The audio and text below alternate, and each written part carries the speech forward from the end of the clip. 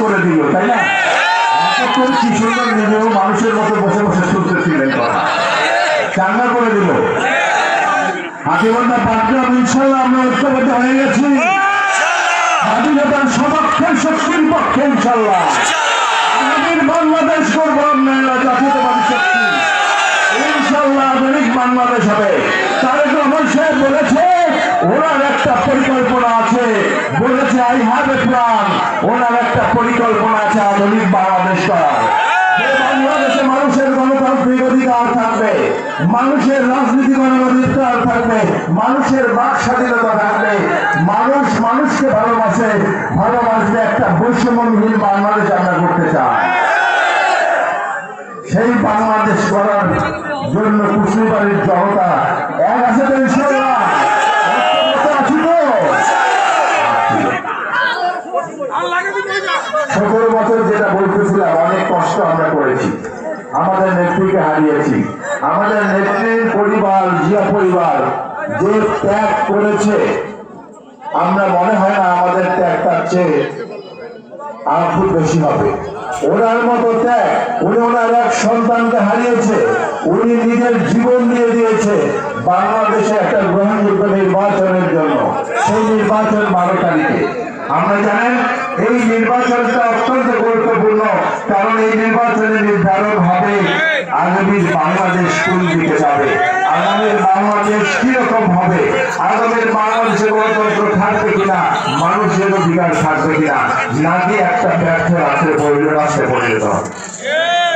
আমরা ইনশাল্লাহ কুশলীবাড়ির মাটি হলে বিএনপির ঘাঁটি, পাটগ্রাম হাতিবান্ধায় এমপি, ধানের শীষের এমপি এই মাটির সন্তান।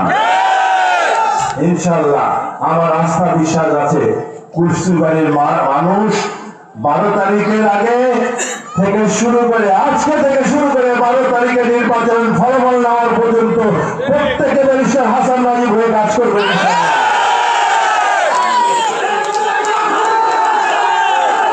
এই যে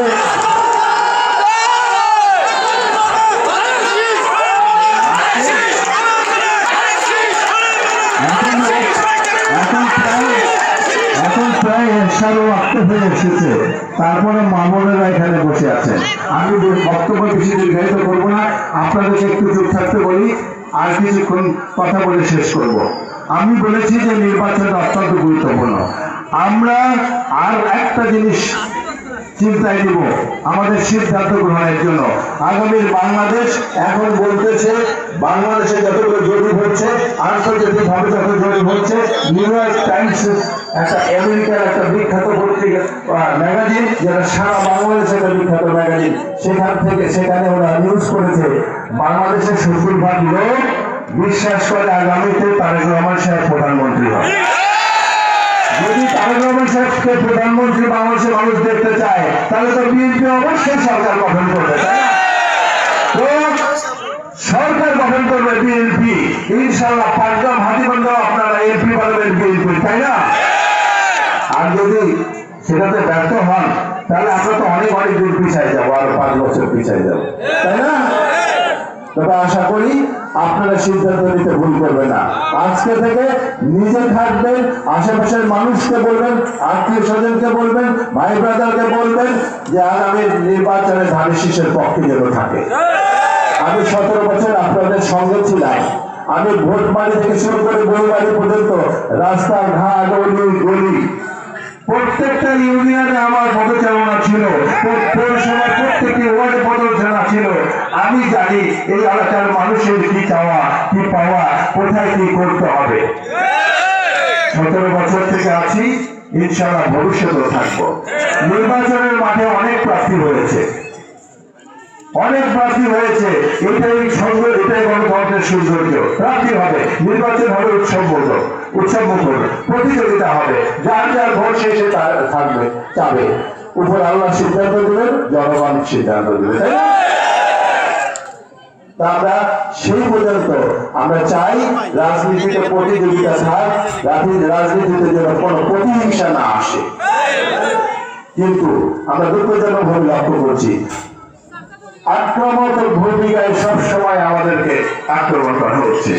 যে কোনো জনসভায় বক্তৃতা শুনি মনে হয় যে বিএনপিকে বলার জন্যই বোধ দাঁড়িয়েছে। বিএনপি অনেক দোষ, আমি মানলাম বিএনপি অনেক দোষ, কিন্তু বিএনপি এদেশ তিনবার দেশে সরকার গঠন করেছে। যারা বিএনপির এত ভুল ধরে, যখন বিএনপির সঙ্গে ছিল 18টা আসন পেয়েছিল, বিএনপিকে ছেড়ে চলে গিয়েছে 3টা আসন পেয়েছে, 30টা পাবে, 40টা পাবে, 50টা পাবে, সরকারে যাওয়ার সুযোগ আছে। মানুষ বিএনপিকে ভালোবাসে, মানুষ শহীদ রাষ্ট্রপতি জিয়া রহমানকে ভালোবাসে। বলুন খালেদা জিয়ার জানাজায় আমরা দেখেছি না, পৃথিবীর ইতিহাসে এত বৃহৎ জানাজা কোথাও হয়নি। উনি বাংলার মানুষের মনের মধ্যে জায়গা করে নিয়েছিল। আমরা জিয়ার আদর্শের সৈনিক, আমরা মনে করি আমাদের স্থান হবে মানুষের অন্তরের মধ্যে। শুধু কথা বলে বক্তৃতা দিয়ে স্টেজ গরম করে দেওয়ার কোন রাজনীতি না। মানুষ যে মানুষকে সম্মান করতে পারে, সম্মান করতে জানে, সে তো সম্মানী হয়ে ওঠে। বিনয় একটা বড় গুণ, যে যত বেশি বিনয়ী সে তত বেশি সম্মানী হয়। তো আগামী নির্বাচনকে সামনে রেখে জাতীয়তাবাদী দল যে 31 দফা কর্মসূচি ঘোষণা করেছে তার 2টি দফা দিয়ে আলোচনা করব। এই 31 দফা কর্মসূচি, এটা হলো বিএনপির ওয়াদা। 2023 সালের 13 জুলাই তারা রহমান সাহেব 31 দফা ঘোষণা করেছে। এখানে যেমন করে ছাত্রদের কথা বলা আছে, তেমনি শিক্ষকদের কথা বলা আছে, শ্রমিকদের কথা বলা আছে, কৃষকদের কথা বলা আছে, মা বোনদের কথা বলা আছে, তেমনি করে দেশের অর্থনীতি কিভাবে চলবে, দেশের পররাষ্ট্রনীতি কি হবে, সব কথা এখানে বলা আছে। এগুলো হলো বিএনপির প্রতিশ্রুতি। তার মধ্যে 2টি দফা নিয়ে কথা বলি। আপনারা জানেন শহীদ রাষ্ট্রপতি জিয়া রহমান উনি যখন সরকারে ছিলেন তখন উনি কৃষকদের কল্যাণে কাজ করেছে। বাংলাদেশের এই প্রান্ত থেকে ওই প্রান্ত পর্যন্ত ছুটে বেরিয়েছে খাল খনন কর্মসূচি নিয়ে। ইউনি ধানের আবাদ বা চায়না ধানের আবাদ কে এনেছে এখানে? জিয়া রহমান এনেছে। আগে আমাদের এই অঞ্চলে 1 বিঘা জমিতে ধান চাষ হতো 5-6 মণ, এখন 15-20 মণের অধিক হয়, তাই না? এটা এই আধুনিক পদ্ধতিতে চাষাবাদ এগুলো জিয়া রহমানের সময় বাংলাদেশে এসেছে। ঠিক তেমনি খালেদা জিয়া যখন সরকারে ছিলেন উনি 5,000 টাকা পর্যন্ত কৃষি ঋণ মকুব করে দিয়েছিলেন। মনে আছে আপনাদের? সেই 91-92 সালের 5,000 টাকা এখনকার 5 লাখ টাকারও চেয়েও বেশি হবে, কারণ তখন 1 বিঘা জমি পাওয়া যেত 4-5 হাজার টাকায়। 25 বিঘা পর্যন্ত কৃষি জমির খাজনা মকুব করে দিয়েছিলেন। কৃষি জমির খাজনা মকুবের মাধ্যমে সেই সময়কার স্লোগান ছিল যে কৃষক বাঁচলে দেশ বাঁচবে। কারণ বিএনপি মনে করে বাংলাদেশের কৃষকদের অর্থনৈতিক অবস্থা যদি সচ্ছল হয় তাহলে দেশটাও সচ্ছল হয়ে যাবে। এই কারণে আমাদের নেতা তারেক রহমান সাহেব কৃষকদের জন্য গত কয়েকদিন আগে রংপুরের জনসভায় ঘোষণা করেছেন যদি বিএনপি রাষ্ট্র পরিচালনার দায়িত্ব পায় তাহলে উনি প্রত্যেকটি কৃষকের 10,000 টাকা পর্যন্ত যাদের কৃষি ঋণ আছে সেই কৃষি ঋণ মকুব করে দিবে। এছাড়া যারা এনজিও থেকে লোন নিয়েছেন কৃষির জন্য, এনজিও লোন সুদ সহ সরকার পরিশোধ করে দিবে। এটা ওনার ঘোষণা। প্রত্যেকটি কৃষককে একটি করে কৃষি কার্ড উপহার দেওয়া হবে। এই কৃষি কার্ডটা কি জিনিস? এই কৃষি কার্ডের মধ্যে কৃষকের নাম, ঠিকানা, বাবার নাম, তার কতটুকু জমি আছে, ওই জমিতে বছরে কতটুকু ফলন ফলায় এবং এই ফলন ফলাতে গিয়ে তার কতটুকু মূলধনের প্রয়োজন হয়, সব তথ্য এই কৃষি কার্ডের মধ্যে থাকবে। এই কৃষি কার্ড ব্যবহার করে আপনারা আপনাদের চাষাবাদের জন্য যে মূলধনটা লাগে সেই মূলধনটা সংগ্রহ করতে পারবেন ব্যাংক থেকে। কোনো জামানত বা কোনো বন্ধক লাগবে না, কোনো বন্ধক লাগবে না, কোনো জমির দলিলে জমা দিতে হবে না, অন্যান্য কোনো কাগজে লাগবে না। এখন যদি আমরা 50,000 টাকা লোন নিতে যাই, কৃষকরা 1 লাখ টাকা লোন নিতে যায়, তাহলে 72 রকমের কাগজ দেওয়া লাগে। যেগুলো দলিল দিতে হয়, বায়া দলিল দিতে হয়, খাজনার কাগজ দাও, নিউট্রিশন আছে কিনা, চেয়ারম্যানের সার্টিফিকেট আছে কিনা, এনআইডি আছে কিনা, অনেক কাগজ। কিন্তু এটাকে সংক্ষিপ্ত করে এগুলো কিছু লাগবে না, শুধু কৃষি কার্ডটা হলে হবে, কারণ এটার মধ্যে কৃষকের যাবতীয় তথ্য থাকে। এই যে লোনটা আপনারা পাচ্ছেন 50,000 বা 1 লাখ, আমি বলবো না যেখানে 5 লাখ 10 লাখ লোন দিবে, দেবে না। যেহেতু জমিটা চাষ করতে যে পরিমাণ মূলধন আপনাদের লাগবে সেটুকু পরিমাণে আপনারা ঋণ দিতে পারবেন এবং এটা ব্যবহার করে ফেরত দিয়ে দিতে পারবেন। সেখানে সামান্য কিছু ইন্টারেস্ট দিতে হবে। আজকে আপনারা ভুট্টা আবাদ করেন, সার বাকিতে না, 1 বছর সার যদি 1500 টাকা হয় বা 1300 টাকা হয়, তাহলে ভুট্টা তুলে জমা দেওয়ার টাকা পরিশোধ করতে গেলে 2000 টাকা লাগে, মাসে 500 টাকা বেশি লাগে না? এইটা যেন আপনাদের না লাগে, সেই কারণেই কৃষি কাজ। এছাড়াও বিএনপি কৃষি বীমা পদ্ধতি চালু করবে। কৃষি বীমাটা কি জিনিস? আপনারা যদি শস্য বীমা করে রাখেন বীমা কোম্পানির কাছে, তাহলে কোনো কারণে ফসলের ক্ষতি হলে, যদি রোদে পড়ে যায়, বন্যায় ভেঙে যায় বা পোকায় খেয়ে নেয়, তাহলে ক্ষতিপূরণটা বীমা কোম্পানি দেবে। এটা সরকারি বীমা কোম্পানি। এই পদ্ধতিতে আগে বাংলাদেশে ছিল না, এবার নতুন ধারণা, বিএনপি সরকারি গেলে ইনশাল্লাহ এটা করবে। ঠিক তেমনি ভাবে মা বোনদের কল্যাণে বিএনপি কাজ করতে চায়। প্রত্যেকটি মা বোনকে যে সংসারে গৃহবর্তী তার নামে একটা করে ফ্যামিলি কার্ড ইস্যু করা হবে। এই ফ্যামিলি কার্ডটা থাকলে মামুনরা 2 থেকে 3,000 টাকা হাত খরচ সহ অন্যান্য সুযোগ সুবিধা এই কার্ডের মাধ্যমে পাবে, যাতে করে মামুনরা আর্থিকভাবে অনেক লাভবান হবে। ঠিক তেমনি ভাবে মামুনদেরকে কুটির শিল্পের ট্রেনিং করায় বাড়িতে বাড়িতে কুটির শিল্পের কাজের ব্যবস্থা করা হবে এবং বাড়িতে বসে কাজ করবে, সরকারি লোক এসে সেই কাজ নিয়ে যাবে, মজুরিটা বাসায় দিয়ে যাবে। তাহলে মামুনদের আর্থিক অবস্থা পরিবর্তন হবে। এই আর্থিক অবস্থা পরিবর্তন হলে সংসারগুলো সচ্ছল হবে, সংসারগুলো সচ্ছল হলে বাংলাদেশ সচ্ছল হয়ে থাকবে। এটাই বিএনপির অঙ্গীকার।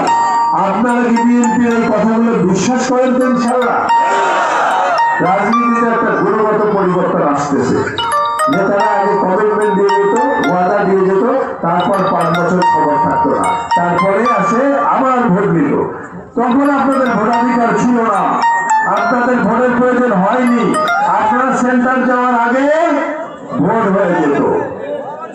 এখন থেকে প্রতি 5 বছর অন্তর অন্তর তত্ত্বাবধায়ক সরকারের অধীনে নির্বাচন হবে, সুষ্ঠু নির্বাচন হবে, প্রতিযোগিতামূলক নির্বাচন হবে। আমার বিশ্বাস প্রত্যেকটা নেতা, প্রত্যেকটা এমপি, প্রত্যেকটা চেয়ারম্যান তাদের দেওয়া ওয়াদা অক্ষরে অক্ষরে ইনশাআল্লাহ পালন করবে। আর যদি না করে পরের 5 বছর আসলে আপনারা কি সবুজ কার্ড দিবেন না লাল কার্ড দিবেন? লাল কার্ড দিলে বেশি বেড়ানোর মতো মাঠে থাকতে পারে না। তো এই হলো বিএনপির ওয়াদা।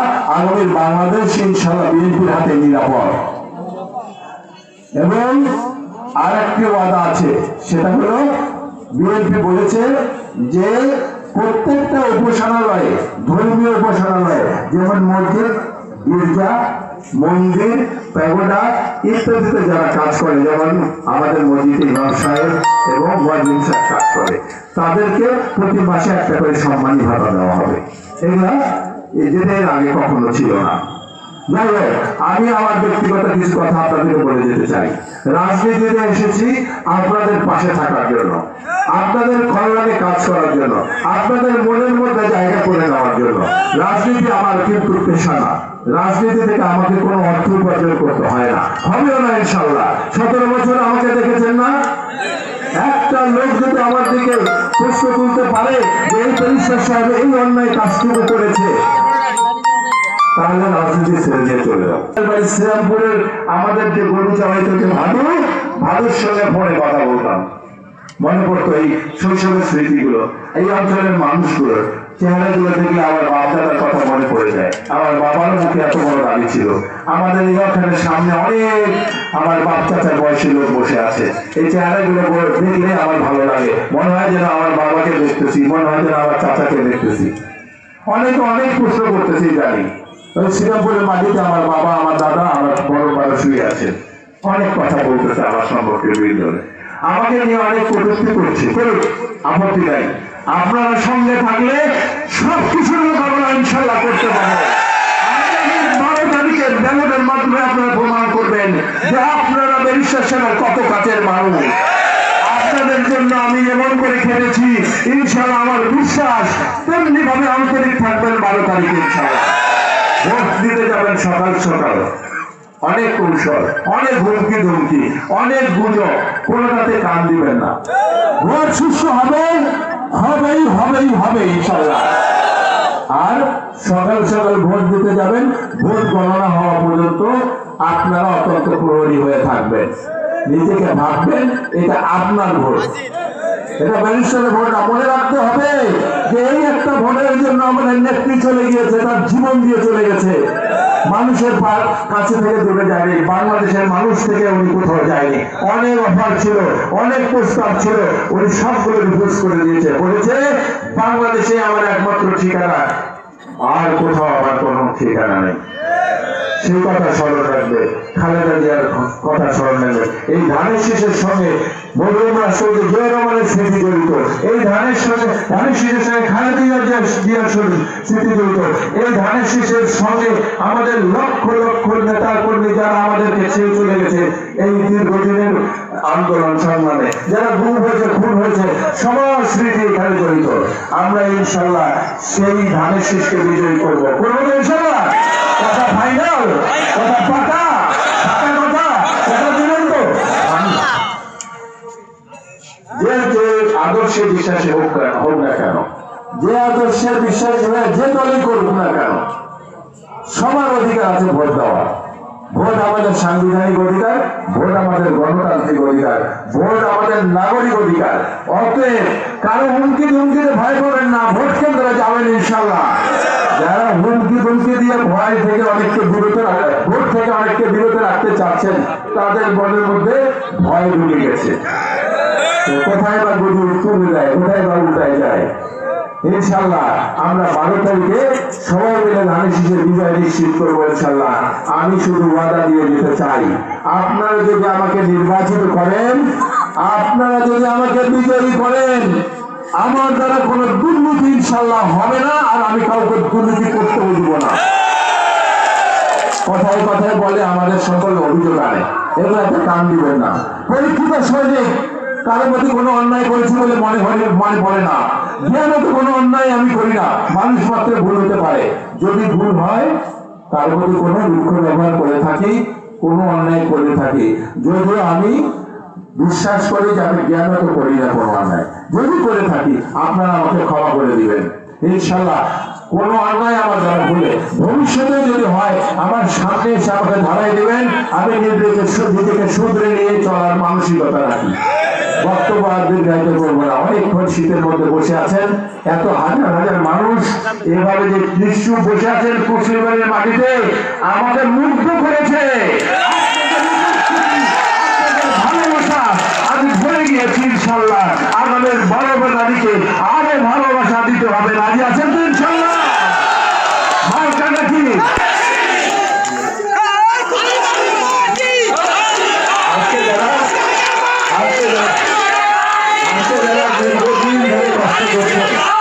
আমাদের দলের নেতা কর্মী, আমার ছোট ভাইরা, বড় ভাইরা,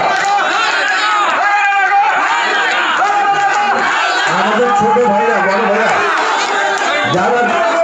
যারা নির্বাচনের মাঠে কাজ করছেন, দীর্ঘদিন থেকে কষ্ট করছেন, আজকে এত সুন্দর একটা জনসভার আয়োজন করেছেন। আমার কিন্তু এটা ধারণা ছিল না এত মানুষ কুশলীবাড়িতে জনসভায় হবে। আমি একটু আগে কাউবাড়ি থেকে একটা জনসভা করে আসছি, ওখানে মানুষের উপস্থিতি দেখে আমি মুগ্ধ হয়ে গেছি, আবেগ আপ্লুত হয়ে গিয়েছিলাম। আজকে দেখি রাত 8টা বাজে আমার মা বোনেরা বসে আছে, অনেকে হয়তো রোজা ছিলেন আজকে সারাদিন ধরে। আমি মা বোনদেরকে অনেক কৃতজ্ঞতা জানি, অনেক ধন্যবাদ জানাই। 12 তারিখে আপনারা ঠিক এভাবেই উপস্থিত থাকবেন ইনশাল্লাহ। আমরা কোন রকম কৌশল, কোন রকম হুমকি, কোন রকম গুজবে কান দিব না ইনশাল্লাহ। সর্বোচ্চ ধৈর্য ধারণ করবো 12 তারিখ পর্যন্ত। আমাকে কথা দিলেন তো ইনশাল্লাহ? সবকিছুর সমাধান হবে নির্বাচনের মাধ্যমে। অতএব সেই পর্যন্ত শান্ত থাকবো। সবাইকে অনেক ধন্যবাদ, অনেক ভালোবাসা। খোদা হাফেজ। বাংলাদেশ জিন্দাবাদ, বাংলাদেশ জাতীয়